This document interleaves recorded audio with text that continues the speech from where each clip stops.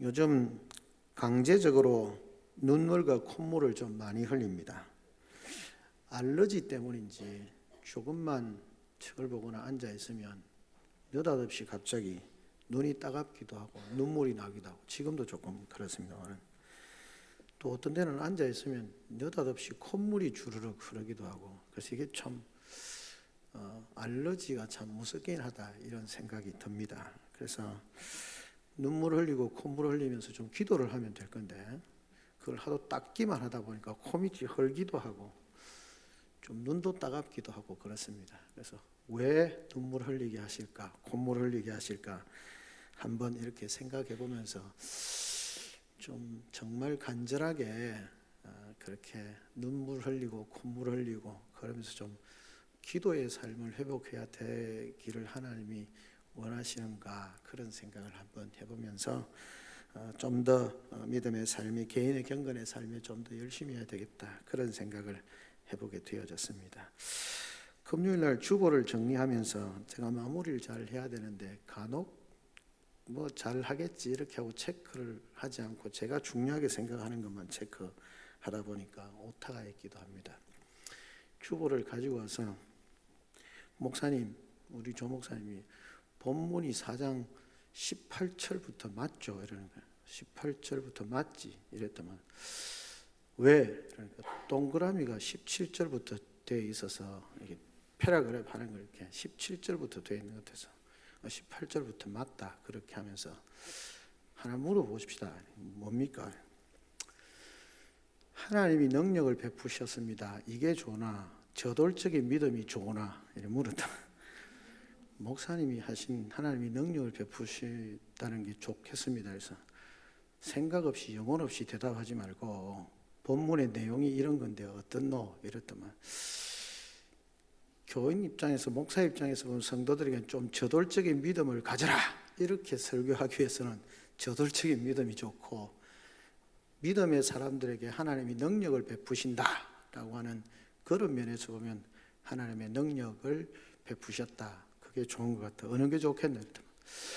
그러면 저돌적인 믿음도 괜찮겠는데, 그러면 제목 바꾸자. 그래서 제목이, 설교 제목이 본래는 하나님이 능력으로 응답하셨습니다. 그런데 제목이 바뀌었습니다. 저돌적인 믿음으로. 부목사의 저돌적인 믿음을 바라보면서 아마 설교 제목이 바뀐 것 같습니다. 오늘 본문의 내용은 우리가 잘 아는 내용이죠. 비슷합니다. 엘리야도 과부의 아들을 살리신 사건도 있고, 엘리사도 여인의 아들을 살린 그런 사건을 기록하고 있는 것을 보게 되어지는 것입니다. 저는 분명히 그렇죠. 이 여인은 엘리사의 사역을 잘 섬겼던 사람입니다. 그래서 엘리사가 사역을 하러 올 때마다 자기 집에 공간을 만들어 놓고 거기다가 가장 기본적인 필요를 채워서 이 엘리사 선지자가 늘 쉬고 힘을 얻어서 사역을 더 잘할 수 있도록 그렇게 배려하고 섬기는 그런 여인 가정이었습니다. 그래서 그 가정에 아이가 없는 것을 보시고 하나님께서 엘리사를 통해서 아이를 그렇게 이 가정에 주었습니다. 이 아이를, 자녀가 없는 가정에 아이가 태어났으니까 얼마나 행복하고 기쁘고 감사하겠습니까? 그래서 그렇게 기쁘게 행복한 시간을 보내고 있었는데, 오늘 본문에 나오는 것처럼 어느 날 이 아이가 아버지가 일하고 있는, 기적처럼 생긴 아들이 자라서 아버지가 일하고 있는 어느 추수절기에 아이가 아버지에게 갔는데 갑자기 머리가 아프다고, 아이고 머리야, 아이고 머리야, 그렇게 두통을 호소하게 되는 겁니다. 그러니까 이 아버지가 자기 종에게, 하인에게 빨리 아이가 두통 난다니까 어머니에게 좀 데리고 가라, 그렇게 해서 어머니에게 데려갔습니다. 근데 이 아이가 머리가 아프니까 어머니가 이제 아이가 아프니까 무릎에 베고 어머니의 무릎을 베고 누워 있는데 한나절이 되지 못하여서 이 아이가 죽어버렸습니다. 자, 이게 오전에 갔으니까 제대로 한나절도 뭐 몇 시간도 지나지 않아서 이 아이가 아이고 두통이야, 그리고 어머니 무릎에 있다가 죽어버렸습니다. 이게 사실은 일반적인 죽음이라고 볼 수는 없는 거죠, 그죠? 이 아이가 갑자기 그렇게 죽음을 맞이하게 되는 것입니다. 얼마나 이 여인이 고통스러웠겠습니까? 이 여인에게는 두 가지 고통이 있어요. 하나는 아이가 죽음으로 말미암는 고통이 그에게 있었고, 또 하나는 하나님이, 내가 뒤에 엘리사에게 말하는 것처럼 내가 언제 아들을 달라 했습니까? 아들 주놓고 또 그렇게 빨리 데려가는 것은 무슨 의미입니까? 그러니까 아이를 주시고는 또 아이를 데려가시는 그것으로 말미암는 고통, 이 여인이 당하는 고통이었습니다. 그러니까 이 여인은 아들의 죽음을 사실은 순수하게 받아들일 수가 없는 거죠. 아들 달라는 것도 아니고 하나님이 주신 선물인데, 아이가 좀 자라다가 갑자기 아이고 두통이야 이러다가는 한나절도 안 돼서 죽어버리니까 이게 도대체 뭐냐? 이 아이의 죽음을 받아들일 수가 없는 거죠. 그러니까 이 수넴 여인이 어떻게 합니까?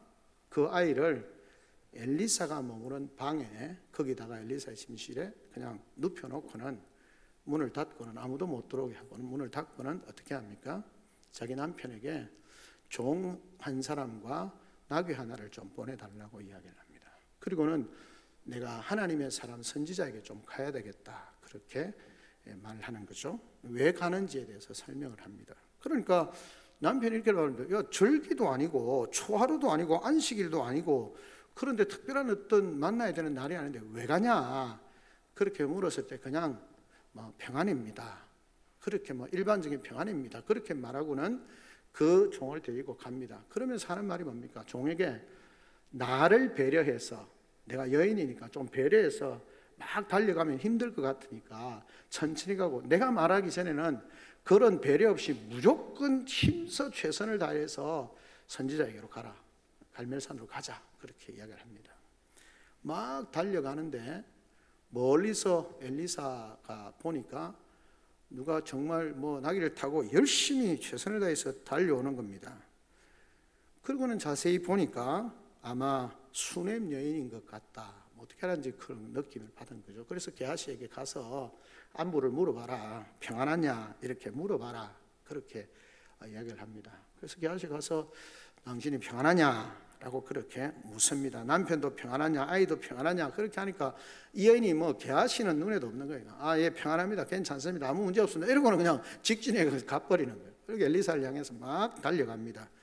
그리고는 어떻게 합니까? 엘리사 앞에 엎드리고는 그 엘리사의 발을 꼭 끌어안는 거죠. 그러니까 절망적인 상황 가운데서 어떻게 할 수 없어서 선지자 앞에 엎드리는 겁니다. 선지자의 발을 그냥 꼭 안고는 어떻게 할 수 없는 상황 가운데서 그 엘리사의 발을 끌어안는 거죠. 이것은 자신을 낮추고 애원하는 행동 아니겠습니까? 그 선지자 앞에 서서 선지자가 돌아보지 않으면 나는 도무지 지금 이 문제를 해결할 수 없습니다. 엎드리고는 그냥 그 발을 끌어안고는 어쩌면 속으로 통곡을 하고 있는 그런 모습이죠. 그러니까 게하시가 당연히 여자가 선지자의 발을 보니까 왜 이러냐 이렇게 말리려고 하니까 엘리사가 가만두어라, 말할 수 없는 고통이 있는 것 같은데 하나님이 내게 말씀 안 해주셨다, 왠지 모르지만 하나님이 내게 말씀 안 해주셨다, 그냥 두라라고 그렇게 말하게 되어지는 것이죠. 그리고는 어떻게 합니까? 그리고는 이 여인이 이야기를 합니다. 선지자님, 내가 아들을 달라 했습니까? 아들이 없는 것도 비참하지만 아들을 주신 건 너무 감사한데 그 아들을 또 그렇게 빼앗아 가버리니까 내가 언제 아들을 달라 했습니까? 아들 달라 하지도 않았는데 아들을 주셔놓고는 이렇게 나를 속이지 말라고 그렇게 했는데 아들을 주셔놓고 그냥 이 아들을 데려가면 어떻게 합니까? 라고 그렇게 정말 그 심령의 고통을 여인이 엘리사에게 고백하는 거죠. 그러니까 엘리사가 이게 문제가 있구나 라고 하고는 게하시에게 자기 지팡이를 주고 빨리 달려가라, 그리고 누가 묻든지 좌우에 인사도 제대로 하지 말고 그냥 달려가서 그 아이에게 이 지팡이를 얹어라, 그렇게 이야기를 합니다. 사실 지팡이는 선지자들에게 있어서 하나님의 임재의 능력의 상징일 수 있습니다. 근데 사실은 그 지팡이를 사용할 때 확실한 믿음 가운데서 그걸 사용해야 되지, 게하시가 무슨 믿음이 있었겠습니까? 그래도 어쨌든 시키니까 가서 열심히 했는데 아무런 효과가 없죠.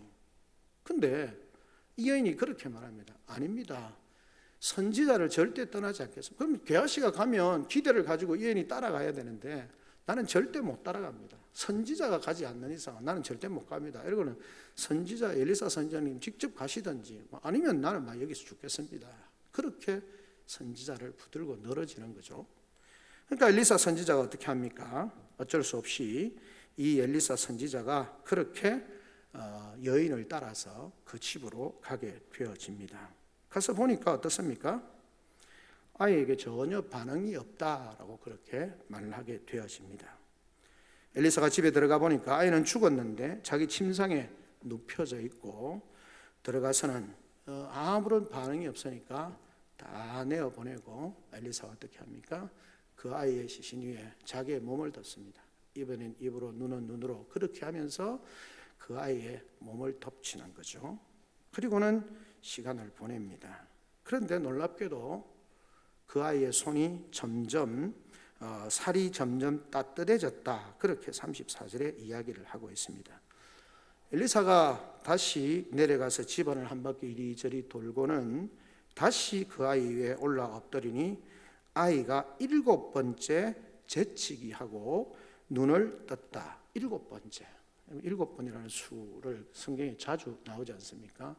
엘리야가 그렇게 갈멜산에서 기도할 때도 7번 기도하고, 어쨌든 수치적으로 7번이라는 거죠. 그러니까 최선을 다해서 하나님 앞에 살 수 있는 최선을 다해서 그 행위를 하였을 때 하나님께서 그 아이의 생명을 회복시켜 주셨고, 그 어머니를 데려다가 이 아이를 데려가라 라고 그렇게 하고 있는 모습을 우리에게 보여주고 있는 것입니다.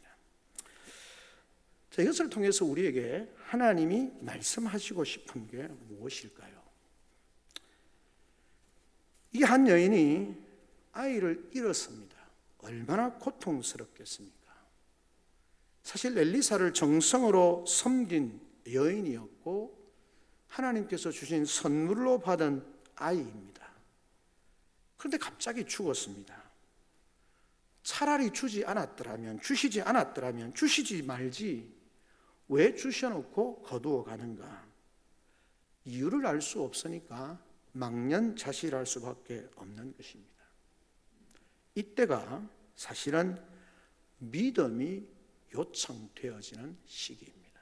하나님 우리에게 주셨는데 갑자기 상실됐습니다. 모든 걸 잃어버렸습니다.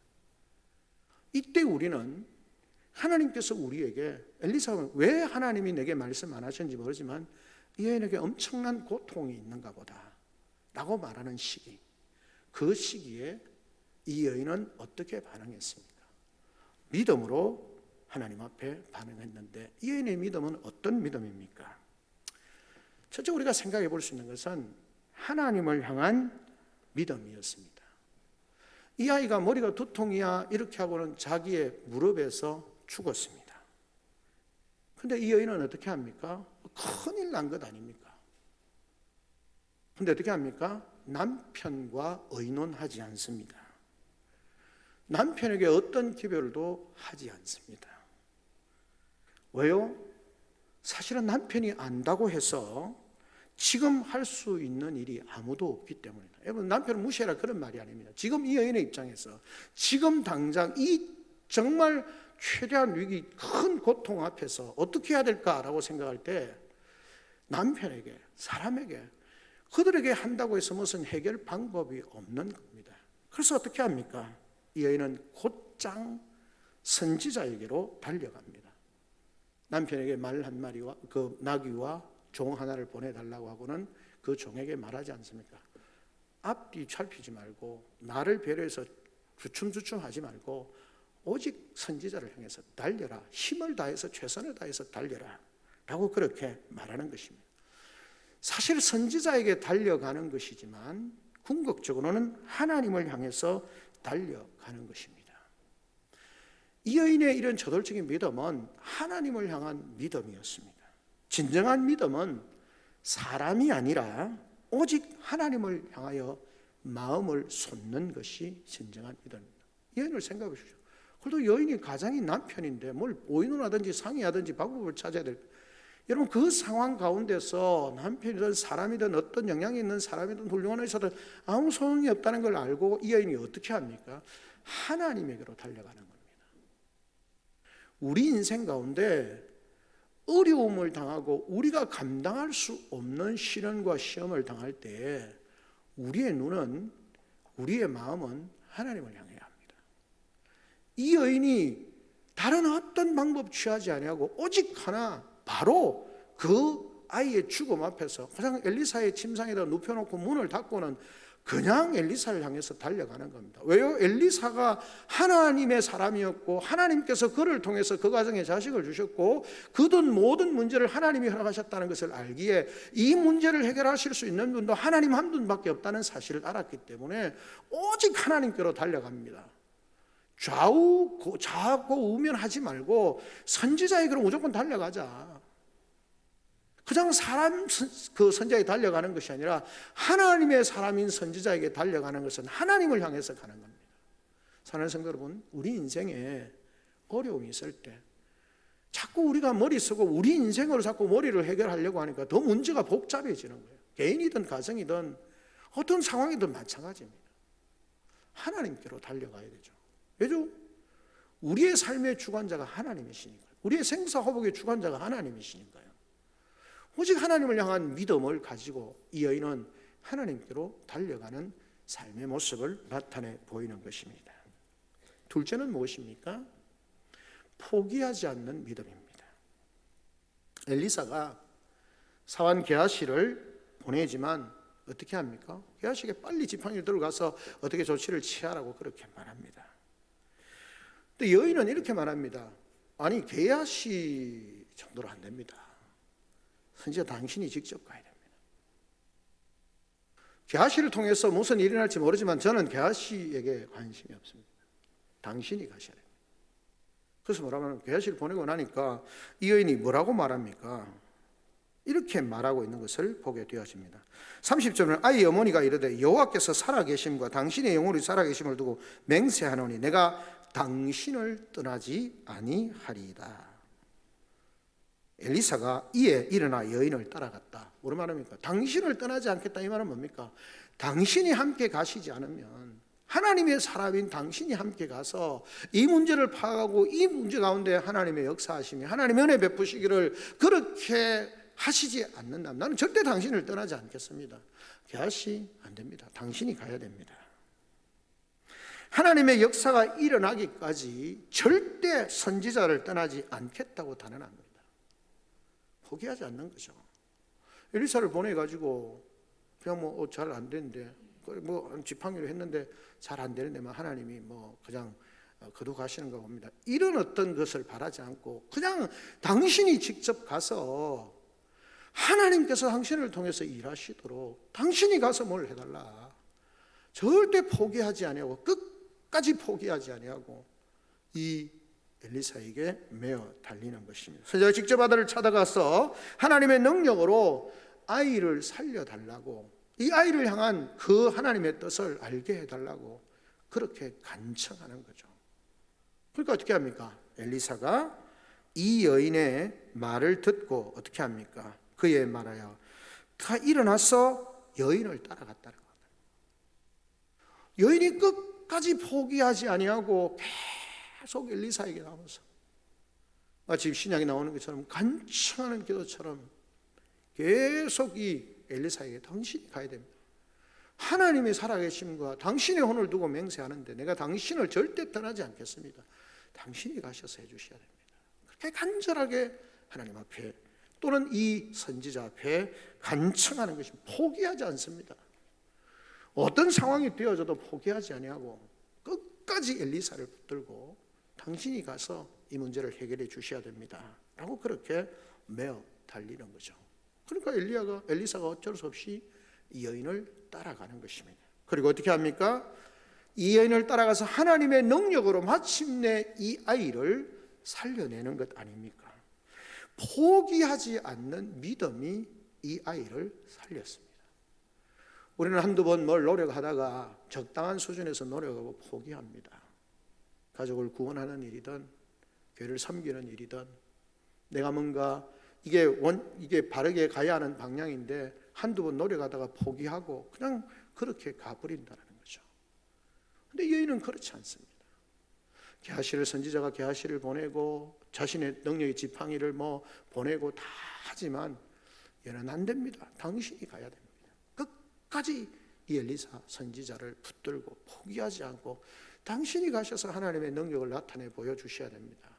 끝까지 포기하지 않고 결국은 엘리사가 움직이게 되어지고 이 여인은 엘리사를 통해서 능력을 베푸시는 하나님으로 인하여서 아이의 생명을 얻게 되는 것입니다.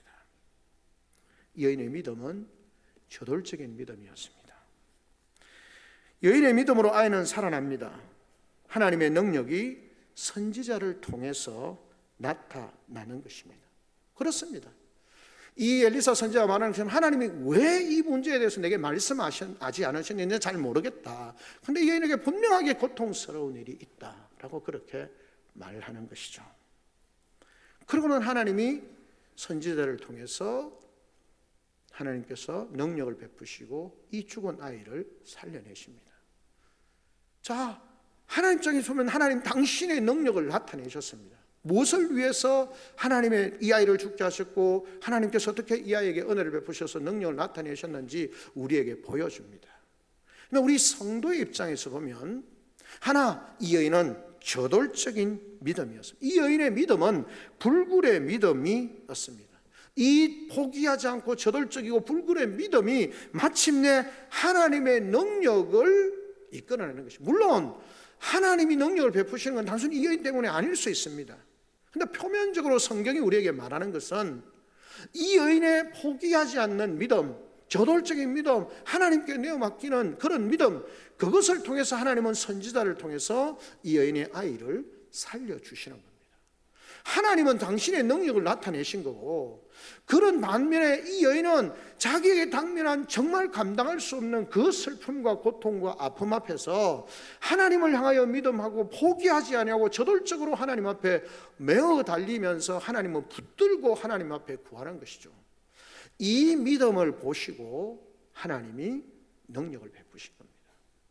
이 믿음과 이 하나님의 능력 베푸심의 상관관계를 우리가 동일하게 어떻게 정리를 할 수는 없습니다. 그러나 우리가 분명한 것은 오늘 본문을 통해서 하나님 우리에게 보여주시는 것은 뭡니까? 이 여인의 흔들리지 않는 그런 믿음, 불굴의 믿음, 저돌적인 믿음, 하나님께서만이 이 아이를 고치실 수 있다는 것, 그리고 하나님이 사용하시는 이 선지자를 통해서 하나님이 일하시고 역사하시고 그 선지자가 하나님의 능력을 덧입을 때 이 아이를 살릴 수 있다라고 하는 믿음, 그것을 가지고 구하고 그 선지자에게 매어 달리는 것입니다. 그 일에 대해서 하나님은 응답해 주셨습니다. 놀라운 일이 일어났습니다. 아이고 머리야, 아이고 머리야 하고 자기 무릎에서 생명을 잃어버렸던 이 아이가 어머니의 품 안으로 돌아오게 되어졌고, 이 여인은 살아 움직이는 정말 생명력 충만한 이 아이를 안고 돌아가게 되어집니다. 성경이 뭐라고 말씀합니까? 여인이 들어가서 엘리야의 발 앞에 땅에 엎드려 절하고 아들을 안고 나가니라. 여러분 36절에 나오는 것처럼 엘리사가 게하시를 불러 저 수냄 여인을 불러오라 하니 곧 부름에 여인이 들어가서 엘리사가 이르되 내 아들을 데리고 가라 하니라. 아들을 데리고 가죠. 어떤 아들입니까? 36절에 7번 재채기하고 눈을 뜨는지라.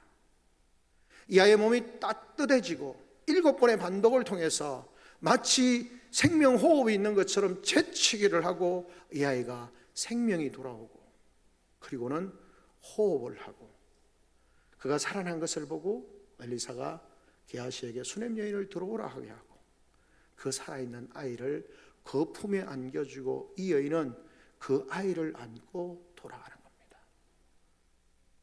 여러분 놀라운 일 아닙니까? 하나님의 놀라운 역사와 능력을 경험한 것 아닙니까?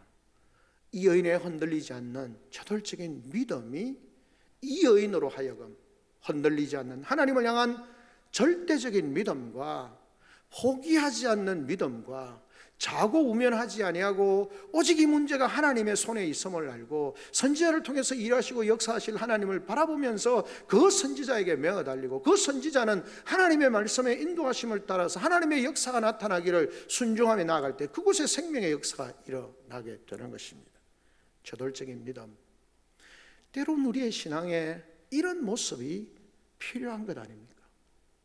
자고 우면하고 이것 따지고 저것 따지는 것이 아니라 하나님을 향한 정말 불굴의 믿음, 다른 사람이 뭘 하든지 하나님을 향하여 집중하고 하나님 앞에 내어 맡기는, 우리의 상황이 우리 힘으로 우리 능력으로 감당할 수 없는 상황이고 도무지 세상 사람들이 볼 때는 그냥 포기하고 도무지 소망이 없는, 반전의 기미가 없는, 반전의 기미를 발견할 수 없는 그런 상황이지만 하나님의 살아계심과 하나님의 능력 베푸심을 믿기에 이 아이에게 생명을, 우리 가정에 이 아이를 주신 분도 하나님이시고 사실 이 아이의 생명을 거두어 가신 분도 하나님이시고 다시 살리실 수 있는 분도 하나님이시라고 하는 믿음을 가지고 그분 앞에 내어 맡기고 매어 달릴 때 하나님이 놀라운 능력을 베풀어 주시는 겁니다.